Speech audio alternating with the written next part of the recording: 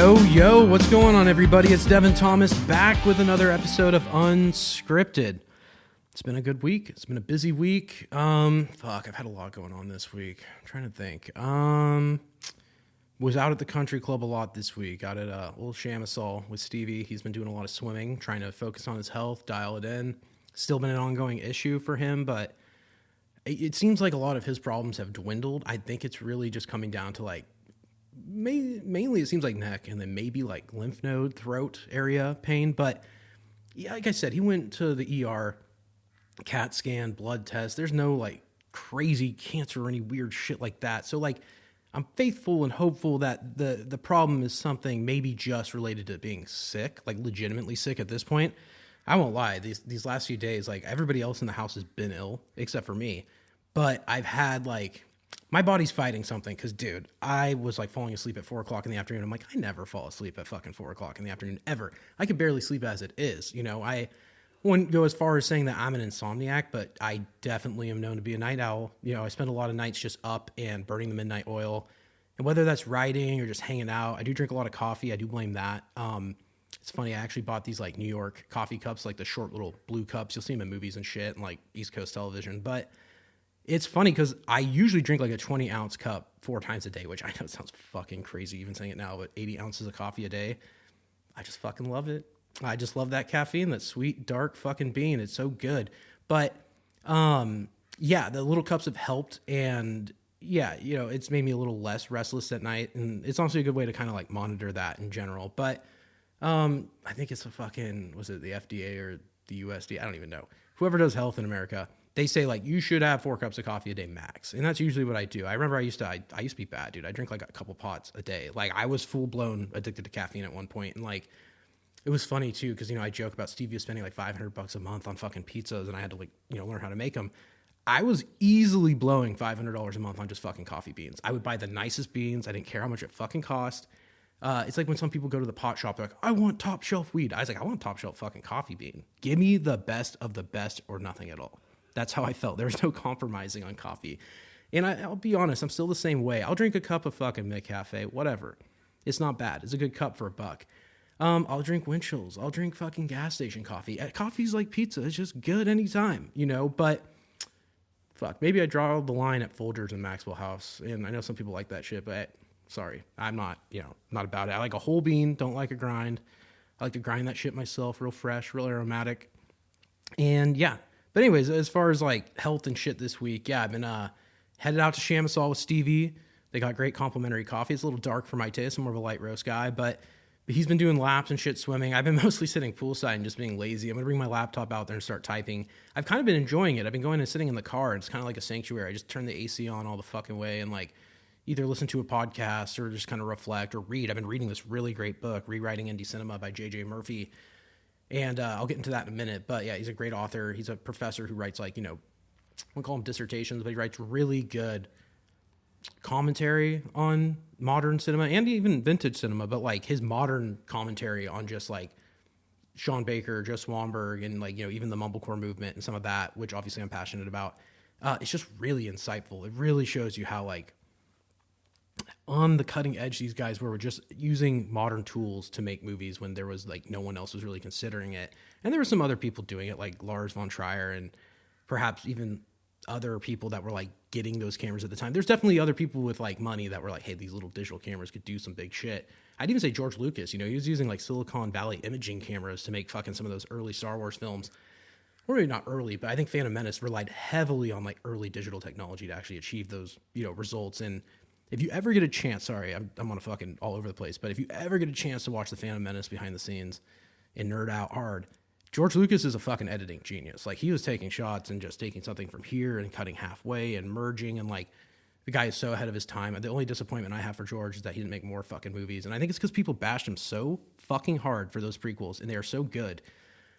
He's just ahead of his time. And, you know, sometimes when you're ahead of your time, you're critiqued heavily for being so. And people think you're a joke or, you know, you don't get the laud or the praise you could get. I don't know if George has even won a fucking statue. And that's a real shame. That's a real shame because he's somebody who has, he's got it. He's got that thing I talk about, that X factor, that shit that flies in the wind. You don't know what it is, but it's what makes you great. And yeah, anyways, besides the point, been out at Chamois. watching Stevie do the fucking laps. I've been fucking, what else have I been up to? Writing. I've been working on this unscripted script, which has been interesting. It's just, I was going back and forth. It's funny because I've been going out to Shamsel and I've been reading this book, this Rewriting Indie Cinema, and it's quite literally in the title, right? And I bought this book probably 3 or 4 years ago. I've been reading it slowly. And I know it sounds ridiculous, 3 or 4 years, but it's like, I don't know, like a good book, like when you're reading something, it's good. And I'm like, I really value this information, but I also I like being able to keep coming back. And I've read most of the book. I like coming back as like a well. I always say that, like, there's like movies, I call them like a well. I can come back to watch Taxi Driver in a fucking year or 3 years or 5 years. I could watch it every fucking month. There's something new every time I watch the movie. There's something different, or I've changed and I'm seeing something else in the movie, which is like, movies are the gift that keeps on giving. It is fucking crazy how they can do that. Like, at one point when you watch Taxi Driver, you feel like you're Travis Bickle. And then at one point when you watch Taxi Driver, you're like, maybe I'm not Travis Bickle. Maybe that's a bad version of a man, like, or whatever. But, I think I heard Paul Schrader was at Scorsese. He traveled the world after Taxi Driver. And he said every country, anywhere, didn't matter what border he crossed or what nationality or whatever cultural background somebody had, he said that movie spoke to people. And I'll be honest, and this might sound misogynist, but it mostly spoke to men. And I think it's just something in your 20s when you're a man that Taxi Driver story. I mean, obviously Travis Bickle's fucking insane, but there's elements of that loneliness or that like isolation that you might feel like after your friends kind of go away. You're kind of on your own path. You're trying to figure out life. He's obviously a post-Nam veteran in the story, but you're trying to figure out your life and find place. And it's just like, it really captures that like eternal struggle of man and mankind and kind of just figuring out your place in life. And maybe after like that sugar high of being youthful and kind of setting into becoming like a real adult. It's strange how a movie can do that. But anyways, I don't remember how I got on that, but even just watching or reading this book, I was reading particularly the Joe Swanberg section of the book. And, obviously I admire his work. And it was just funny how much he talked about like not using the screenplay. It's not like he didn't write. He wrote blueprints and he had very like specific, like he's like, this is what's going to happen in the scene. And then he kind of let the actors take liberty with that, which it's so hard for me to let that control go because I grew up watching, I watched Kevin Smith and his dialogue is so snappy and it's Kevin Smith. Like anyone can say it, but dude, it's Kevin Smith fucking dialogue. Quentin Tarantino, you might get the privilege to read his lines one day.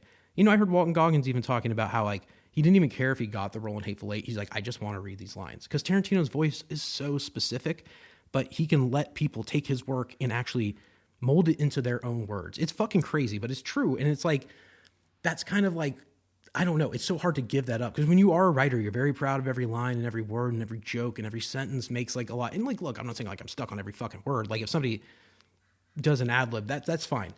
What I'm saying is that it's precious to you and it's personal to you. And writing is such a personal experience and it's just you writing it. It's your thoughts and consciousness put into 90 fucking pages or 120 pages, however long your movie is. It's hard to not want that to, play out on the screen in the way you intended. But the thing I read in this book, this Rewriting Indie Cinema by J.J. Murphy, was that there is so much power in letting go of that. And like I said, it's hard for me to let go of control. I'm a control freak to some extent when it comes to what I'm doing, like with cinema or like writing. And it's not because I don't think other people have the capability to do it. It's because I want it to be right. It's a lot of work. It's a lot of time. It's a lot of energy. It is so much work to make a fucking movie. It doesn't seem like it. And, I've heard some people say like, hey, when I worked on a movie and it was a good time, the product was okay. When I worked on a movie and it was a little bit more like, hey, this is fucking hard and this is difficult, the result was fucking great. And I've said this before. It's not to say you need to make a movie a stressful fucking stress magnet experience. It needs to just, there's a certain level of respect you bring when you come to set and a certain level of, I don't know, tenacity or maybe intensity. Like everyone like, look, I've said this too before as well. You don't want to be on your phone. You don't want to be distracted. You need to be in that present moment working on this thing. It's such a present moment experience. There's breaks, there's moments in between, sure. But like when you're having those moments, that's not the moment. And when you're filming, it's like a blackout. You just, even as a camera operator / director, writer, whatever, when you're filming in the moment, I'm watching the movie happen in real time. I'm watching the actors act. I'm not even thinking about, are they getting the lines right? I'm just like, am I caught up in this moment? Am I buying this? Is there authenticity here? Are they selling me the fucking truth that I'm seeking in this film? And I can happily say that with Peninsula Nights, the truth was sold. And I bought it. And even watching it in the editing lab, before we even had music or anything, I'm like, is fucking weird. It's just so weird making a movie, dude, because you're seeing yourself or like someone else, and it's not them. It's someone else that is on that page and that screen. And when it comes to life, it is fucking weird and it's trippy. And I don't even know how to explain it. It's just, I'm really grateful I get the chance to do it. And like, that also brings me to like, back to the book. A lot of what Swanberg was doing in his work was taking his blueprint and letting his actors create that dialogue naturally. He's making them do the work, carry the burden and the weight of the screenplay, but just as an actor. And what's funny? His segment of the book, J.J. Murphy titled the Joe Swanberg segment as "I Like the Way You Talk." Couldn't have fucking put a better title. He likes the way his actors talk. I do too. I often see people and they may not even be an actor, and I'm like, God damn, like it's just something about you, something about the way you look or the way you sound or your personal inflections or like just your cadence. It's just something about people is so interesting. And that's why I think people end up liking certain people or people end up being attracted to pop stars or whatever. There's something about the person, right? And I think giving an actor the liberty to take your blueprint or like an outline, let's just say for like his earlier work, he said he was really it's just improv. Like I'll tell you what I want the scene to be and we'll just go back and forth and whatever it is, we'll cut it. It's interesting because when you watch his work, you don't really think, like you can tell there's a sensation of improvisation, right? But there's also a sense of like, it feels right. It feels honest. It's documentary-like, and there's a sense of mass realism, which makes it blur the lines between reality and fiction. And that to me is really interesting because when you have it feeling so real, you can't tell the difference between reality and fiction. It's not a scary thing. It's an exciting thing. It makes the work feel so real, so purposeful, and so intentful. And like, if you saw like, okay, for example, like in the show Easy, Mark Maron, this is another Joe Swanberg show. He plays like a graphic novelist, and he's going on tour and promoting his new book. And his graphic novel is like his story written with the imagery, right? But his character seems so much like the real Mark Maron. And there's podcast sequences, which is interesting because he's more known for his podcast and stand-up work. But that sense of authenticity that came even from that show, it really like sells you on the idea that, hey, this blending of fiction and reality, sometimes it blurs the line so close you get a little like confused as to what is the truth about somebody. And I was reading in the book, they also talk about other actors that worked with them, like Jane Addams. She's a popular actress. She's in like Happiness, and I've seen her throughout the years in other work. But yeah, I think she's also in Eternal Sunshine of the Spotless Mind.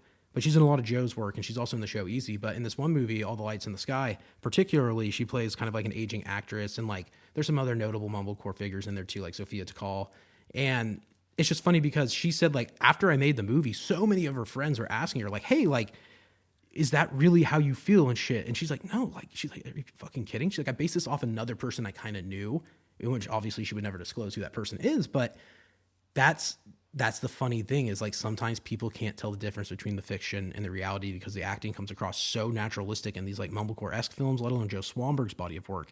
And that's something I've been trying to tap into and dial into because I know I can make like Slugger. I know I can make these big fucking, I honestly think the Hollywood movie is a resource film. And you can do it on a budget, sure. But those are the movies that you really like. The script for me, that just makes fucking sense. Like a Hollywood beat, I get it. I understand it. I totally. And even the Slugger script, it's super Hollywood. It's a movie.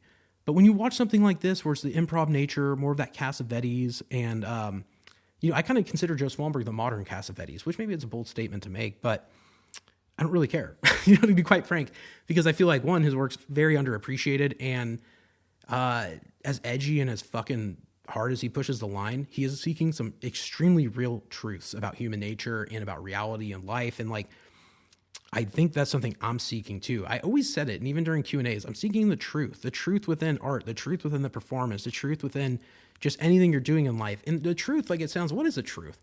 I guess the truth is whatever feels real and whatever's genuine and whatever means something to you. And like, everyone's got their own perception of reality, their own truth. And like, I'm not saying 2 + 2 is 4, but like for me it is. And for somebody else, it might not be. And like, I get that. And that's okay. But like, when you go to approach a movie with a screenplay, and I'll get this back into the point of Unscripted, is that I'm going to write the script anyways for Unscripted. I started writing it and I stopped because I started reading this book, and I'm like, God damn, like, obviously Swanberg was tapping into something here. He was thinking, how can I just bypass that element, but still get a result that is, it's a movie, but it's also a movie that has a lot of like emotional weight and authenticity. And like, I think I can do that with a script, even if it was a 90-page script that, 3-act structure or whatever.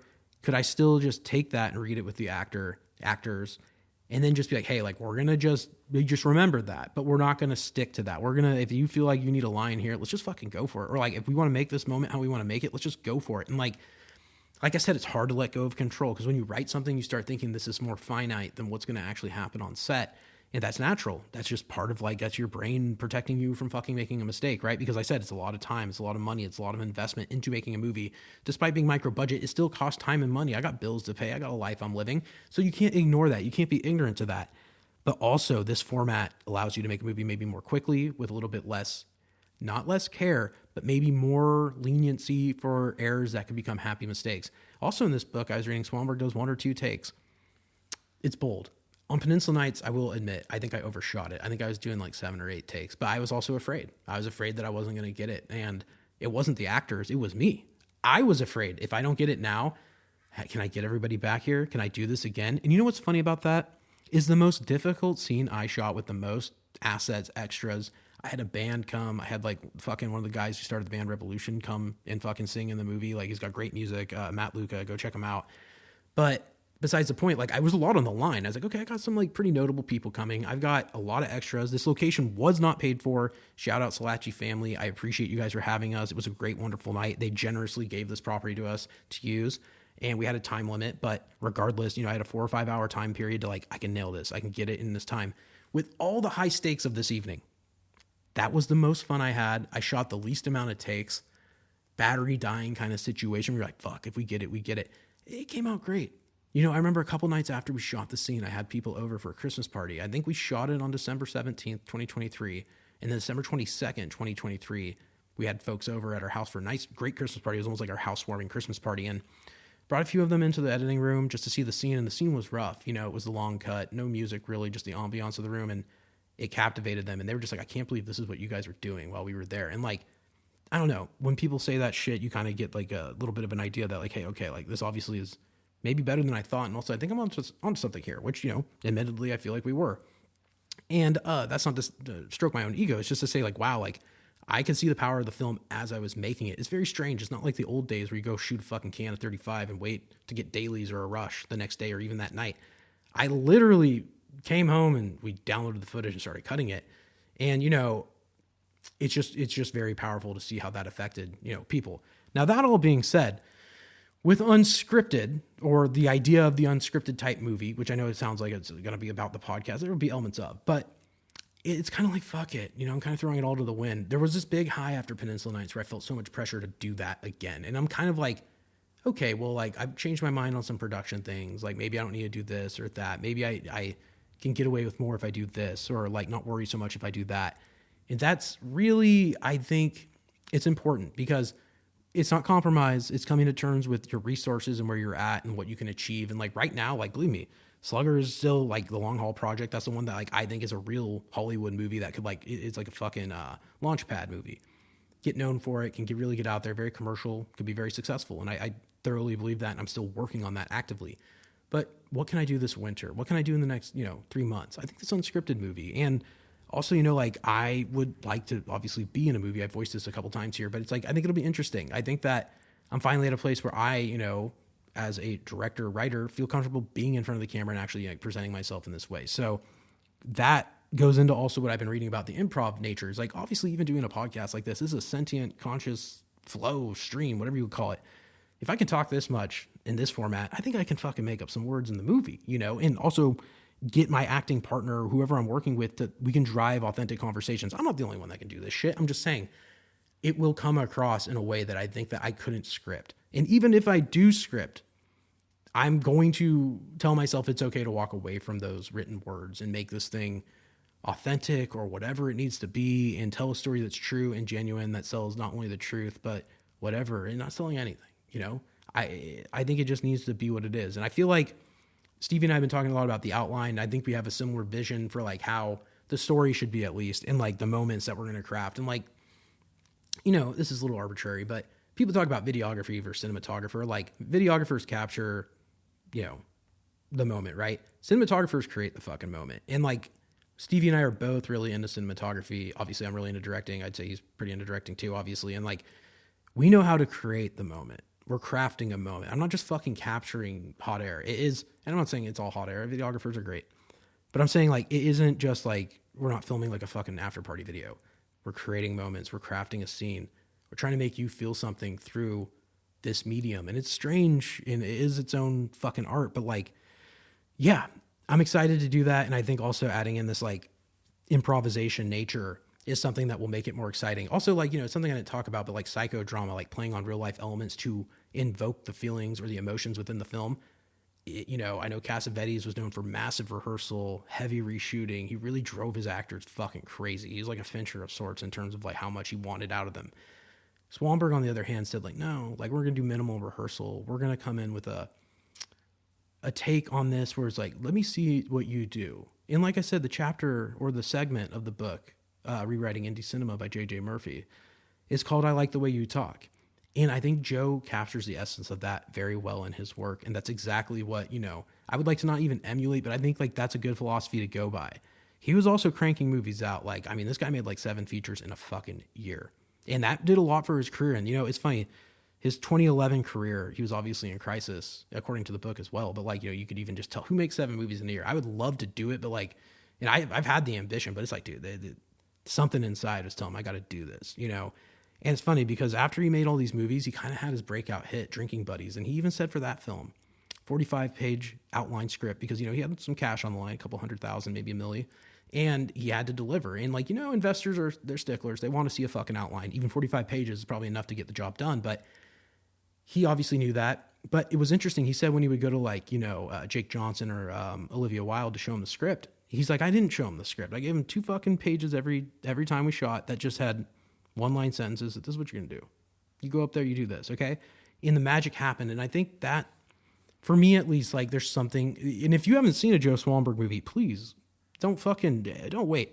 I personally think there's a lot of magic, and that's the point I want to make. There's a lot of magic in what he does because it feels so real and it invokes such real emotions. And also like his movies have extremely like very sexual. They're very romantic. They're very playing on like real life. It's almost like a non-Hollywood approach to what a romantic movie would be to some extent. It's like true life romance shit. It's very, very interesting. It's very meta and it blends fiction and reality so much you can't tell. But yeah, if you need a starting point for Swanberg, Drinking Buddies is his commercial hit. I like it. It's not my necessarily favorite part of his work. I think my favorite movie by him is probably Diggin' for Fire, which is also a Jake Johnson film. And I think it was 2015, maybe 2016. Great movie. Very interesting. It sounds boring, but a guy finds a gun and a bone in his backyard at a rental house that he's watching. And yeah, it just takes off from there. Just go fucking watch it. I think also Rosemary DeWitt's in it. Sam Elliott. There's a fucking plethora of characters. Jane Addams, honorable mention. A lot of people are in it.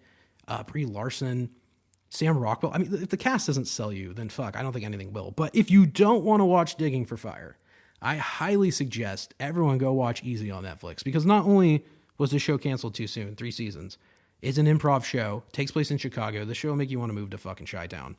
And on top of that, I'd love the show to come back. I don't think it's over. I think they could come back for another season. And I'm sure Joe would do it, but yeah, Easy, maybe Joe's masterpiece. It's 3 really good seasons, anthology show. Maybe some of Dave Franco's better work too. He's got a great storyline in there that kind of carries over all 3 seasons, and he's got a very like major part within the show. But highly suggest that. Also, if you have seen it, you may know Joe Swanberg from The Rental, another Dave Franco directed film, but it was co-written by Joe and Dave. And the movie stars, Jeremy Allen White, which everyone knows from fucking The Bear and Iron Claw and Shameless. But I really knew him from The Rental because like I wasn't watching those shows, and this came I think pre Iron Claw and pre The Bear. But anyways, I digress. The Rental, it has a lot of Swanbergian elements, if I may say so myself, about the romance in that movie, which Joe does tend to play on infidelity and like I wouldn't call it polyamory, but I'd say like just openness with like sexual shit, and like it's an interesting, very interesting take. It's very human and realistic, and it's whether that's for better or worse. I just think if you're looking for something interesting and you want to watch something lower budget, which not all this shit's low budget, but a lot of his early work is extremely budget, go and check it out. Also, like he co-directed and led a feature with Greta Gerwig. Greta Gerwig is an Oscar winner now. She made Barbie, fucking tons of hits. It's just sometimes it's important to go back and see where people started and see where they've gone. And it's funny. I haven't really covered his work that much. Obviously I talk about Kevin Smith quite often, but if you haven't watched his early work, like specifically Clerks, like you really need to see it because it's kind of a quintessential 1990s indie film. It was like, it's not the one that started it all, but it is the one that really started that 90s writer-director hype. I know there's Sex, Lies, and Videotape, but I don't know. Kevin Smith made a big dent. A lot of people from that period of time, if you were a teenager in the 90s, like you probably are a fucking Kevin Smith fan. And like, I know as a little later on down the line, I was born in 93. They're making Clerks in fucking 93 and 94. I was fucking in the ball sack or fucking, not out yet, right? So this era of filmmaking was important because it kind of like inspired that next era of filmmaking, which even Swanberg said, he's like, I want to be Kevin Smith, not a documentarian type director. So like, there is something that has influenced this next generation of people, not just me, not just, whoever, but it's important to go back. That's all I'm saying. And like study early work, if you're not really like looking into the history of film, that's okay. But like, if you're a writer or a director, or you're doing something on the indie scale, like, and I know some people are just like, it's fucking behind the Warner Brothers gates or bust. I just don't look at it like that anymore. I see those gates and I'm like, you know what? Like, I'm not going to beg to have these gates unlocked. I'm going to fucking catapult myself over. And that means working hard and making my own shit and like not waiting for anyone's fucking permission. And like, that's just, I got tired of waiting. I've said this a while ago, but like, even before fucking the pandemic, I was tired of waiting. I was like, fuck this shit. Like, I can't wait for someone to make my dream come true. I got to go out and fucking grab life by the horns and just do it. And that's what I've been doing. And like, that's also like, I just look at everything, like even like celebrity and fame. Like, I just don't see it in the same light I used to. It's like, okay, this person either worked really hard or got really lucky, probably a little bit of both, but they're no different than you and I, dude. It's just some guy or some lady up there and we're all doing the same fucking shit. It's funny, America is got like this, I don't know, pervasiveness about it where like, if you work hard and you play like the game of life, whatever you want to call it, you just do the fucking damn thing, it can lead you strange places. It's funny, I was talking to my buddy Anthony even about fucking just like what the podcast could do. And like, we've been talking about it a lot lately, but like, this is episode 31. Like, who knows? I'm still not even fucking close. I'm not even halfway to 100. And this thing is really like, I've had a ton of fucking growth this week. That's something I haven't really voiced, but shout out to all the new followers. If you are following and listening now, thank you. And the new subs, YouTube, it's all popping off. It's been really cool. It's probably a little bit of just like organic growth and a little bit of project of marketing on my end. But I just want to say shout out to everybody who's just joined the conversation. It's really cool that you're here. And it's just, yeah, like I said, I'm not even close to, I'm close. Definitely, what are we, 19 episodes away from 50? It's pretty close. And yeah, you don't know where things are going to lead and how this is all going to unfold. And, yeah, it's just been a really interesting experience. That being said, I know I've also had a lot of requests, and you got me thinking about business now, but I've had a lot of fucking requests on also people wanting to do interview and like hop on the show. I am going to do it. My set is a little small. I'm trying to expand right now. I've been doing a lot of like set design and like really like pushing to fucking expand this thing. So I've also been working on a new show. I haven't really mentioned it here, but I'm working on a new show called Watch Party.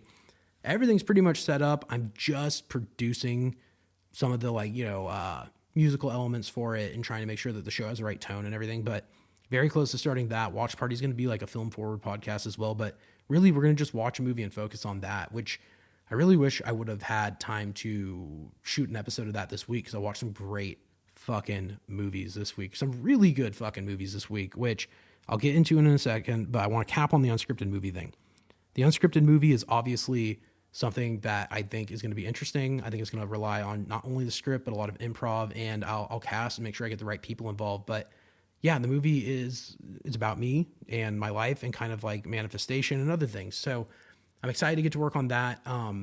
Moving on though, I think, that brings me to my next point, just kind of about like, Watch Party and like this other podcast that it'll be nice because I love doing my like fucking big rant. Like I call it a rant, but like, I like coming here and talking to you guys and being able to tell you like my thoughts and like, this is what I did this week. It's almost like an audio diary to some extent. Stevie pointed that out to me. I'm like, that's interesting. It kind of is.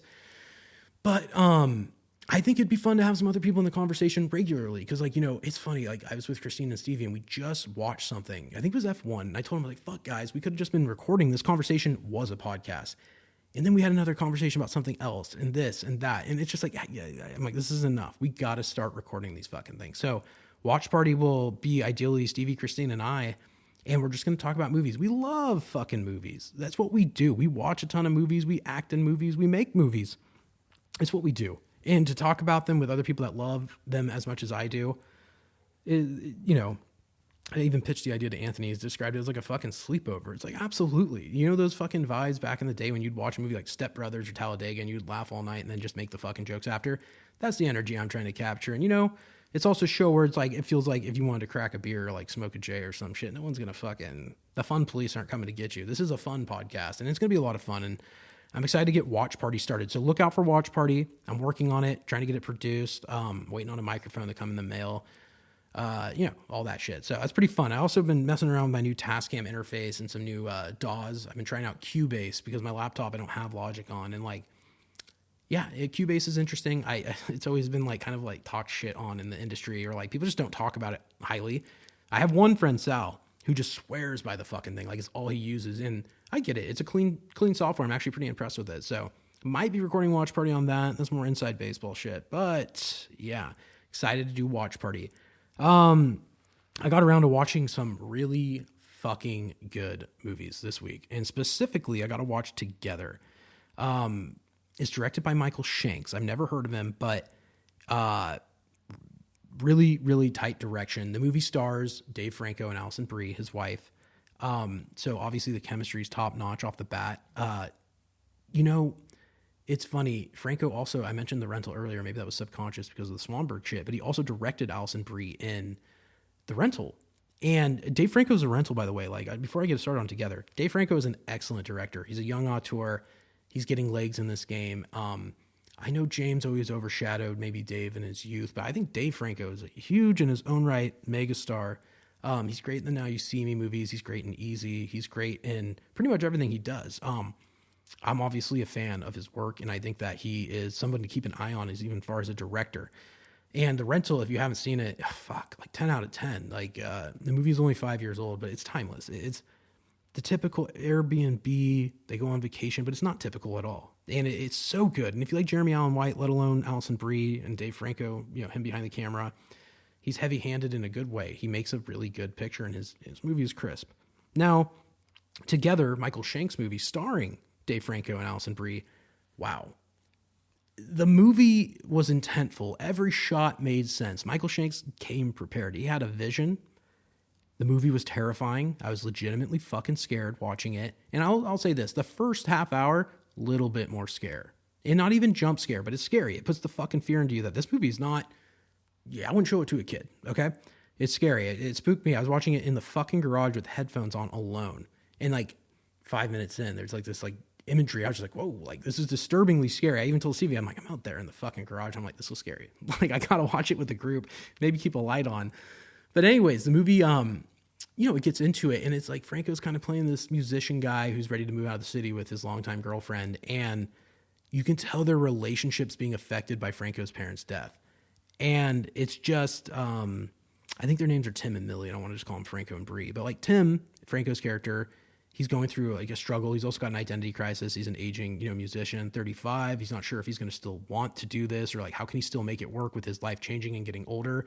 And Millie's sister, or Millie's brother rather, is a musician who's like, hey man, why don't you come on tour? You just have to come back to the city after you move out, like with Millie, like just make it back into the city. Also, before they leave town, Millie tries to propose to him in front of all their friends, and he doesn't know how to react. He kind of does the late, like, of course, but there's enough of an awkward silence where she's just like, fuck, like, do you even want to do this? And also they're just not having sex because of this like parental death thing that's affecting him. So anyways, they move out to the countryside and they go on a hike, and they end up falling into this cave, and after they spend the night in the cave, supernatural things start happening. And I don't want to ruin the plot, but like, if that gives you a little flavor of what's going to happen, that's kind of, the premise. And anyways, I digress. It's just, the movie sets such a good tone for like you to there's the plausibility, right? You can buy into the idea that this is really happening. That although the supernatural elements aren't explained, that doesn't matter, which I think is a sign of great filmmaking and great writing. If you over-explain, like, this is why this happened and this is why they're affected, there's no room for like, curiosity or exploration, or like, you don't let the audience get a chance to think. This movie made me think, how are they going to stop this supernatural force? How do they reverse it? Is it reversible? What happened? What initiated it? Oh, that initiated this. So that's why now they're affected. And they even like, I watched it twice. I watched it once in the garage alone, and I told Steve, it's like, fuck it, I'm buying it. I really liked the movie. I enjoyed it a lot. Like, honestly, Michael Shanks, director to watch. Franco, Brie, can't complain. But anyways, the movie just fucking, everything was set up so well. Watching it 2 times specifically. And the second time I was like, oh, wow, foreshadow here. Okay, they're showing that early. Wow, that story made more sense this time. I get why he's even saying it. You know, they talk about some elements of like Greek mythology in there, and this isn't to, you know, give away anything away, but they tell the story about how like Zeus took these androgynous human beings that he had created back in the day and ripped them in half. And that's where men and women came from, right? In like half, people had to spend the rest of their life looking for their other half. And like, it's actually a really sweet story because it ties into like, you know, just life in general. Like you're searching for your other half, sure. But the movie carried emotional weight because like, look, the romantic and relationship partners, if you've ever been in a relationship, it's extremely relatable. The romantic problems were fucking just valid. And Franco and his wife, Alison Brie, they just have such a good chemistry. Like Tim and Millie in the movie, their chemistry is authentic. It's palpable because they are truly probably in love in real life. They are in love in real life. They're fucking married. But it worked because they were able to sell these emotions so genuinely. So I felt the emotional pull. It was really fucking good. Mix that in with the supernatural element and the character's actual problems and like the relationship issues. There's also like another guy who's kind of like trying to hit on the Millie character, and he's the guy from work, you know, the typical like the other teacher at school. And like, I don't know, the movie for me, it hit all the notes. I've said this before, but it's like a good guitar solo. This movie shredded. Perfect 10. Were there things I didn't like? Not really. To be honest, I liked the movie. Like I said, 10 out of 10. I'm confident saying it. Hit all the notes. I think Franco and Brie choose great scripts. They also probably have like a really healthy working relationship because obviously they don't mind working together. And all that being said, Michael Shanks, on top of like the DP, his name, I have it here, is Jermaine Micking. Maybe he's Irish. I don't know. Great name. Dude, fantastic DP work. Very clean cinematography. It reminded me a lot of how I would shoot a movie or make a movie, which is maybe also why I liked it so much. But like, it's funny too. I've written some scripts that are in the horror. You know, I wrote like this really like Catholic based horror earlier in the year that was like kind of just tapping in. Like I grew up Catholic, so like I'm not like a super fucking religious person by any means, but I was able to tap into some of that ideology and like kind of like it's almost reflections on Catholicism tied into like a supernatural horror, which obviously means like devil elements and shit. But yeah, I saw some of the same beats or tropes or things that I would use or plot devices. And I'm like, oh, it's interesting. And even from another script I wrote, Car Trouble, there were some like similarities. And I'm like, okay. But, you know, Stevie pointed them out too. And I'm like, yeah, like, you know, when you start seeing like you are on the same level or scale as these people. And look, I get it. I'm not fucking making Hollywood pictures on that scale, you know, but it's not a far cry. And I think it's just a matter of time. And like, you know, everybody has their day. And like, I'm doing it on my own until I, you know, break through that fucking, like I said, the catapult. I got this thing fucking pulled back. I'm ready to shoot over the Hollywood wall, but it's a matter of time. And yeah, the movie for me, I related to that as well. It wasn't just like, oh, this is a good movie. I was like, yeah, this is good. But also I feel like I could have probably been a part of something like this or made something like this or written at this caliber. And that's not to take it away from anyone involved. I'm not trying to say like, oh, I could have done it as good as you. I don't want to change what they did. They did a fucking 10 out of 10 job. I'm saying it's cool to see that you could see yourself in something like that. And like, I don't even think like when I watch movies, I'm not trying to think like, well, I would have done it better. I don't even like that mentality. I think that's poisonous. And like, it's not my movie. That's their movie. And like, sure, there's an idea. Like, would I like to direct a Batman? Fuck. Like, I think every fucking cinephile in the world would love to direct a Batman movie. But I'm not going to bash on so-and-so's Bat or, oh, this one was better or that one. Like, you know, like the most annoying fans are those fucking, you know, like the Zack Snyder crew. Like, they just like, it seems like they don't even like Zack Snyder. And look, I am indifferent. I like 300 and I like some of his work, but Dawn of the Dead, 10 out of 10. But it's just like, dude, the guy's just making movies. Like, you can't change it. You guys have him re-editing shit. You guys are driving him crazy. Like, give the brother a break. Anyways, I digress. It's just like, there can be toxic fandom. And like, I'm not even, I guess my point more so is like, Together, great movie. I'm not trying to fucking change anything about it or say like, oh, because I think there's similarities in maybe what I write or my work that makes me better. No, it's just simply my opinion is like, oh, I can see some of myself in that and I recognize that. I think that's really cool. Anyways, if you have not seen Together, do not wait, rent it. It's worth it. If you're not going to go to the theater, dude, just give them the $25. Buy it. It's $5 fucking difference. Unless you want to rent it for 20, which is dumb. Like, just spend the extra $5, own this fucking thing. I think it was distributed by Neon. They're always good. And if my opinion isn't good enough to sell you on it, then fuck, I don't know. That's fine. But I think I'm right on this one. Together was really good. And Maybe the most fresh horror movie I've seen of the year. I'm trying to think of anything else. Well, actually, that brings me to my next point. Together, 10 out of 10. I've ranked it. Done. The Home, starring Pete Davidson. Now, this movie didn't have the auteur elements that I think Michael Shanks embodies, but this guy's name, I have it here, James DeMonaco. DeMonaco, okay? James DeMonaco. And it was directed by James DeMonaco and written by James and Adam Cantor, starring Pete Davidson. All right, I love Pete. I think Pete's, I've even seen Pete talking about like some of his press and shit like recently about how like he just feels like he's been not... They just talk about the BDE thing. He's like, if this was happening to a woman and going the other way, he's like, people would be outraged if somebody was saying like, oh, she's got like, whatever. He just said he was really embarrassed about all that. And like, it was tough. And also his dating life was so public. And like, look, I think I'm the same age as Pete. I get it, bro. Like, it's probably tough. And like, when you're that famous, he's so fucking famous. Like, people are not looking at his work. They're looking at him and his personal life and all this bullshit. And he's probably thinking like, dude, can you just like watch the work? I think he even said that about his TV show. It's skipping my mind right now. It's not, I can't remember. I think it's Bubkin. And if I got it wrong, sorry, Pete. But it had Joe Pesci. He's like, no one's talking about how Joe Pesci was in my fucking show. They're talking about my dick. And it's like, dude, I get it, man. It must be annoying. That being said, Pete's made a lot of good movies that maybe you have or haven't seen. Obviously, I think one of his standouts is The King of Staten Island. I think Adult Adolescence. Maybe I got the name wrong on that. But, that movie was good too. I watched a lot of his work, and Bodies, that's probably closer to the movie I'm going to talk about, The Home, which he just had released. But yeah, anyways, I don't feel bad for Pete. I just think I get where he's coming from. I empathize with him.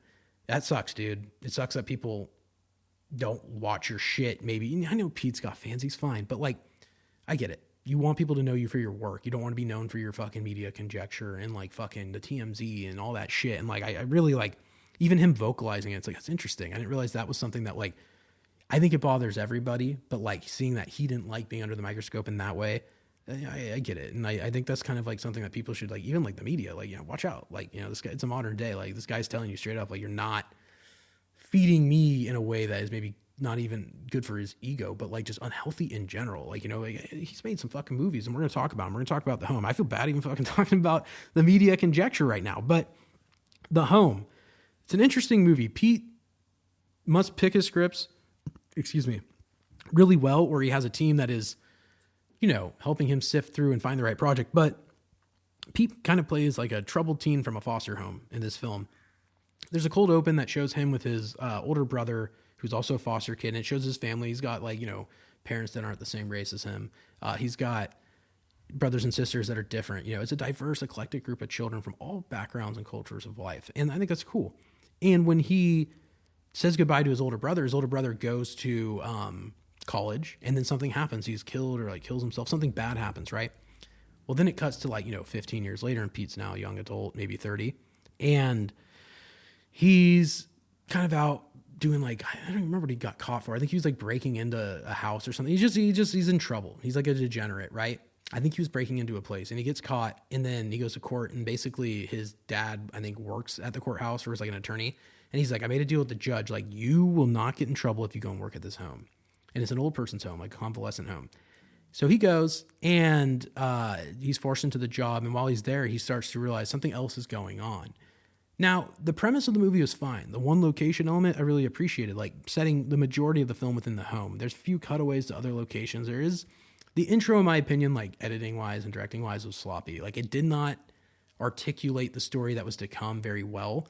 Maybe I need to watch it again. Sometimes a first time watch, you're kind of like, what the fuck is going on? Especially in a horror movie that's like alluding to more later, but you're not 100% focused on that in the moment because you're kind of just taking it in for the first time. And I think movies like, when someone tells me I saw that once, I'm like, well, fuck, like some shit warrants a one-time watch, but like sometimes it's important to watch a movie more than once because you're like, oh, now I get it. I see the script. I understand the movie. I understand the movie now. I'm familiar with it, which makes movies better in my opinion. Like, but anyways, this movie kind of off to a rough start, but Pete, nothing wrong with him. His performance was good. I don't remember any notable actors outside of Pete Davidson in the film, so obviously it was more of a budget film. And maybe it was a paycheck movie for him, but he always gives 100%. Honestly, his performance was good. It was honest. It was authentic. And there was suspension of disbelief that I bought into entirely. Now, that being said, I think that, the movie has its payoff. it is like kind of like, I don't want to give it away, but like it's one of those movies where he's trying to solve a mystery within like the facility he's at. He sees there's sinister forces working there. And it actually ties into something kind of even about like his brother who is been missing or dead for years. So like, it's interesting. The way it unfolds, it definitely pays off. Is it the best thriller type movie I've ever seen? Admittedly, no, but I liked it. It's the type of movie I would throw on at midnight, like after fucking dark. I'm like, it's not that scary. It's scary enough, but it's not so scary I wouldn't watch it at night alone, if that makes sense. I'm not going to watch The fucking Exorcist at 3 a.m., like, summoning fucking demons in my room. But that being said, The Home is good. Is it a movie I would buy? No, I did see they had it pretty fairly priced on Amazon. It was like $6.99. I'm like, all right, they know about what it's worth. And that's not to say that it's not a good movie. I don't like to bash movies. I just it's not $25 fucking Together. You're not getting this like premium film. In the movie, like, it's self-representative of that. If you're going to watch it for anyone, watch it for Pete. I think he did a good job, and Pete usually delivers. And I think he's actually a really interesting actor. I think that his best is yet to be seen. And I think that even goes into his like comedy and stand-up work. I think Pete, specifically because he is like the exact same age as me. I'm pretty sure we were born in either like the same year or like within months of each other. And that doesn't mean anything specific. It's just, I'm seeing someone who's already had so much success that is my age. And I'm thinking, I'm like, dude, like, I feel like I haven't even had the best yet to come. I was like, you are a very talented dude. Like, I think your best is yet to come. And he's someone to always keep an eye on. I think Pete Davidson's he's very vocal also about like his own mental health issues and like just shit in general. He's very outspoken and like, he just seems like a good dude. So like, yeah, I get it. He likes to, date everyone in Hollywood or, whatever people say. But at the end of the day, dude, he's just a brother. The guy's not trying to fucking hurt anybody. He's just trying to do his thing. I digress. I'm super late to this, but I just watched both the Reacher films. Jack Reacher with Tom Cruise. I kind of mentioned I was watching it last week, but this week, it's funny. Like, I think during that time, it was when I first moved to LA. So like any movies that were coming out, I just didn't give a fuck. I was out exploring the city, having a good time, going to bars, fucking going to free shit, going to paid shit. I didn't give a fuck. Just trying to meet people and just network and live my fucking life. I was having a great time. I was going to Griffith every day and fucking hiking. I go out to Runyon. I do it all. Go hang out at Greystone for the fuck of it. You know what I mean? So anyways, I slept on a lot of movies for like, maybe I'd say probably from 2014 to like 2017. I was just out running around LA. So there's a lot of shit I missed just in general, which was no regrets. It's nice to be able to come back and watch the movies like the Reacher movies in just such a casual way and then be so good. Like I threw them on, they're talking daytime watches. I think we watched the first one at night and the next one we just watched like throughout the day because we're kind of like pausing it and going out and taking walks, going out to the like country club and shit. But yeah, dude, wow. Those Reacher movies were good. Tom Cruise played a great Jack Reacher. I won't get too deep into Reacher, but overall, like, I mean, honorable mention. If you haven't seen them, like, I slept on them. So, like, I was like, wow, these are fucking incredible. But really, really good. I think that girl from How I Met Your Mother's in the sequel. And in the first one is Rosamund Pike, the girl from Gone Girl. The first one, in my opinion, was better. The second one was good. I like the idea of the character of Jack Reacher. He's a drifter. He can come and go as he pleases. He's not just like a one-person thing. I don't even know how to explain it. He's like this, like, if you've seen the Reacher movies, he's like a drifter. He comes in and out of towns. He's got no identity. He's this mysterious fucking guy. And it's just cool. And it's just a cool character. And, like, I don't know how to explain it. He's not James Bond. He's not Indiana Jones. He's almost just like this ex-military tough guy, the kind of guy you call in when you need him. And, like, the only thing I think about his character is a little ridiculous is that he probably has never settled down. Like, he's just always on the move. But, like, I buy into it. I don't care. It's almost as if the stories are endless. And I think it is based off a book. So, like, if you were a novelist and you had Jack Reacher as a character, dude, endless. You could write 100 fucking books and they'd all be great because it's just Jack Reacher just comes into a new town and you do a cold open. What's going on? Someone was murdered or someone was arrested. Well, Jack shows up. The first one was about, like, a mass shooting in, like, I think Philly or Pittsburgh, which I don't agree with showing, like, public locations for that shit. I think that could actually inspire copycats. It could be very dangerous. But this is also 2012, so, like, people probably are like, the world's not that crazy yet. Besides the point, it's just that. It's just, like, one of many. It actually is very reminiscent of Dirty Harry's opening with the scope. And anyways, I digress. But maybe some Don Siegel vibes being summoned there. Besides the point, Reacher, really good. Both of them, 1 and 2. The second one played heavily on the New Orleans landscape, which I thought was really cool. I love that New Orleans look. There's something about it. And Louisiana, what a cool place. I'd love to film something down there sometime. Besides the point, Jack Reacher, 10 out of 10. Really enjoyed it. Loved it. we'll watch again. I know there's a new Reacher series out. Maybe I'll watch that too. And a lot of people argue the new Reacher guy looks more like what Jack Reacher would look like. I get it. Tom Cruise isn't the tallest motherfucker in the world, but you know what? He's been kicking ass for fucking 30 years in movies. I think I'm going to give him the pass. I love Tom. One other thing I watched this week, which has been kind of controversial, and maybe not even controversial as much as it's been criticized, is The Paper. The follow-up to The Office. Parks and Rec is not the same in my opinion. It's still a great show. I love Parks, but The Paper is what seems to be a continuation of the original Office to some extent. If you've watched it, the cold open kind of says like this is the same documentary or mockumentary crew that is coming in to film this new place. And it does a nice throwback in the beginning. It shows Bob Vance at the old, Dunder Mifflin office, and he runs it. I think it's Scranton Business Park is what they call it. But the Dunder Mifflin office is something else now. And they show you enough to give you a taste of like, oh, that's the office. And then it cuts to Toledo, Ohio, where the newspaper, the Truth Teller Tower is, right? And the paper's called The Truth Teller. It's based in the tower. And it's all part of this company that bought Dunder Mifflin back in 2019 through a corporate, acquisition. And now it's called Enervate or something. I can't remember. Maybe I'm wrong on that. But now the newspaper is like the weakest part of this paper company. And a new CEO or editor-in-chief rather is hired to come in. And that's what's his name? Donald Gleason. Maybe I got that wrong, but he's Mad-Eye Moody's son, if you've seen him, the guy from In Burgess and shit. Anyways, he's maybe a Nepo baby to some extent, but he was in Potter and he was in Ex Machina and he was in fucking Star Wars as General Hux, and he's a great actor and I have no beef with him. I think he's fantastic. And as much hate as The Paper has gotten, I like it. The cast is interesting. At first you're like, I don't know about this, but I've grown to like all of them, and I'm not even that far in. I think I'm on episode 5. And here's the deal. Would you rather live in a world where there's no extension of The Office by any bounds or means? They're just like, that's it. It ended. No more. Or would you be open to the idea of like, this show might not be the same, but it isn't that bad, and let's give it a chance, I'm giving it a chance. It's already greenlit for a season 2. I'm laughing. I'm enjoying the comfort of the show. There's something about it. It's like that office workplace environment. And also they've done a great job at modernizing the scenario. Like they're at a newspaper that's failing to some extent. It's just as a shitty like local rag, but they're trying to improve it.